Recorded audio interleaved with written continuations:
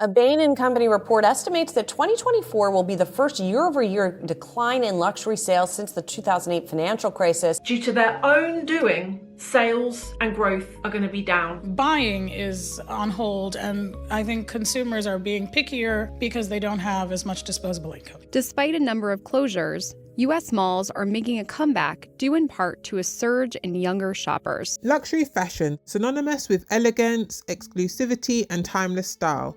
But what happens when the most prestigious brands falter? When the world of haute couture meets economic uncertainty? Today, we have another deep dive into the world of luxury fashion, one of the most powerful and economic industries globally. For decades, names like Louis Vuitton, Chanel, Gucci, and Prada have been symbols of success and wealth, but today things are different. The luxury market is facing a slowdown. In fact, it's been said that we're witnessing one of the toughest periods for luxury since the Great Recession. So how did we get here, and how can we learn from the last time luxury brands faced a downturn? So let's rewind the clock. We're going back to 2008, the year the global financial crisis hit. The world's economies were in free fall, stock markets crashed, unemployment rates surged, and consumer spending was severely impacted. Despite this, luxury fashion brands remained relatively strong, holding on to their prestigious status.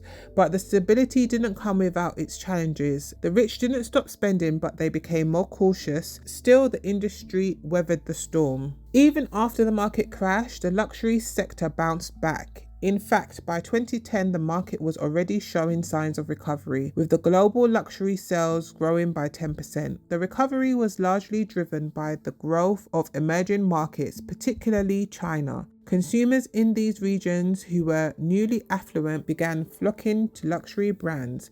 It wasn't just about the products, it was about the status they conveyed. From the late 2000s to the mid-2010s, luxury fashion was riding high. The market was defined by exclusivity, craftsmanship, and opulence. Brands like Louis Vuitton, Hermès, and Gucci were not just about clothes, they were about building a lifestyle. The internet had just begun to change the way luxury was sold, but it was still a world where brick and mortar boutiques, personal shoppers, and word of mouth exclusively dominated. But by 2020, everything changed. The COVID-19 pandemic devastated economies worldwide.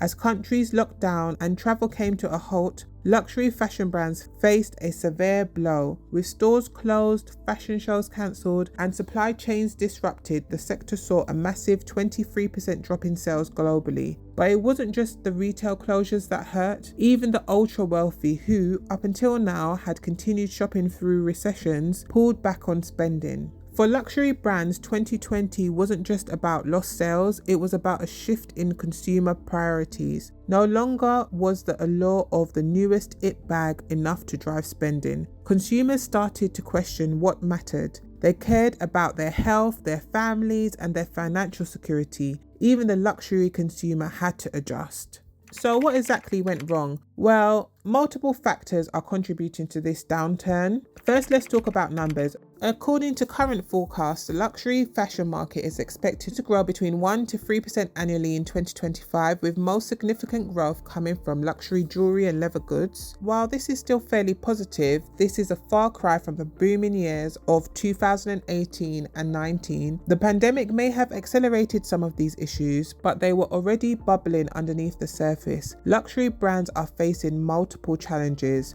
First, inflation. The cost of living is rising for consumers across the globe. Whether it's the cost of housing, food, or fuel, people are feeling the pinch, including the wealthier shoppers who are now more cautious about their spending. The global luxury market's heavy reliance on international travel also means that the brand saw a major hit when tourism plummeted. Think about how much luxury retailers in places like Paris or New York rely on tourists from China, Russia, and the Middle East. With travel restrictions, those dollars vanished. But there's another, perhaps more surprising factor contributing to the slowdown: the change in desire of younger consumers. Millennials and Gen Zs are looking beyond the traditional status symbols of the industry. These generations are incredibly socially conscious. According to a report by McKinsey, 62% of Gen Z prefer to buy from brands that are committed to sustainability. Brands like Gucci, which once relied on their flashy, logo-heavy designs, are now pivoting to communicate authenticity, eco-consciousness, and craftsmanship. It's not just about the brand name anymore, it's about how the brand is operating in the world. In the 90s and the 2000s, luxury brands dominated because they offered exclusivity, rarity, and status. Today, they need to offer sustainability and values. If brands aren't aligning with the personal ethics of their customers, they risk losing their most loyal audience. And it's not just sustainability that's shaping luxury spending, the demand for experience is also rising. Younger consumers are investing in travel, digital experiences, and even second-hand luxury goods. The resale market has exploded in recent years. Platforms like The RealReal, Vestiaire Collective, and Poshmark are making luxury more accessible, changing the way people view ownership. The idea that luxury is exclusive and unattainable is being challenged. With platforms offering authenticated pre-owned luxury items, people are shifting away from buying brand new. It's not just about having something no one else has anymore. It's about owning a piece of history, and this shift is forcing brands to reconsider how they engage with their customers. Some brands like Gucci are adapting by collaborating with mass market brands. This strategy, aimed at reaching younger, more diverse audiences, is becoming increasingly popular in an industry that used to thrive on exclusivity alone. I also did a video recently on brands slashing their prices as well. These luxury brands seem to be putting a bit more energy into creating more entry-level products to attract more aspirational customers. Another critical factor in this shift is digital transformation. The luxury sector is now fully embracing e-commerce, which was once seen as taboo in the world of high fashion. While brands like Chanel have been slow to adopt online sales, others like Burberry, Dior, and Louis Vuitton have made significant strides in reaching younger customers through digital channels. Although I do think there's much more work that they could do, there has definitely been an improvement.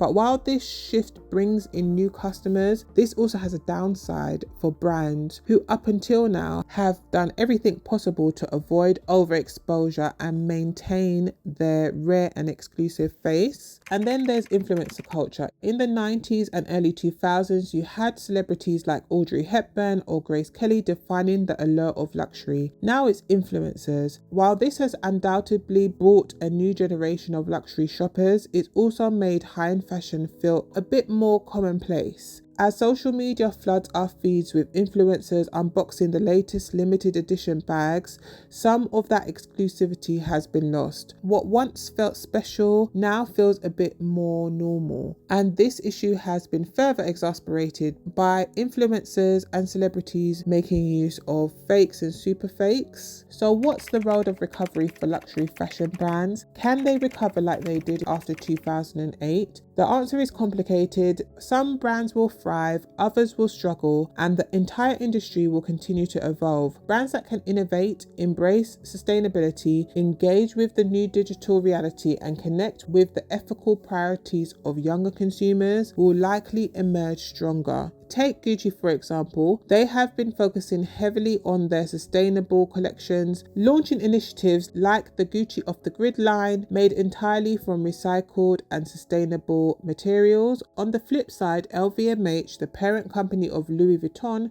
has been investing in eco-friendly technologies and reducing the carbon footprint of its production processes. Brands that are not just chasing profit but also considering the environmental and social impact are more likely to win over the next generation of luxury consumers. So while recovery may take longer this time round, the luxury industry has in the past proven to be resilient. It is, however, going to have to adapt, innovate, and reimagine what luxury means in today's world, whether it's focusing on sustainability, embracing digital transformation, or offering more accessible yet still exclusive products. The luxury market will have to adapt to survive, and I think its change is inevitable. How do you think the luxury industry will change? Let me know your thoughts on the future of luxury down in the comments below.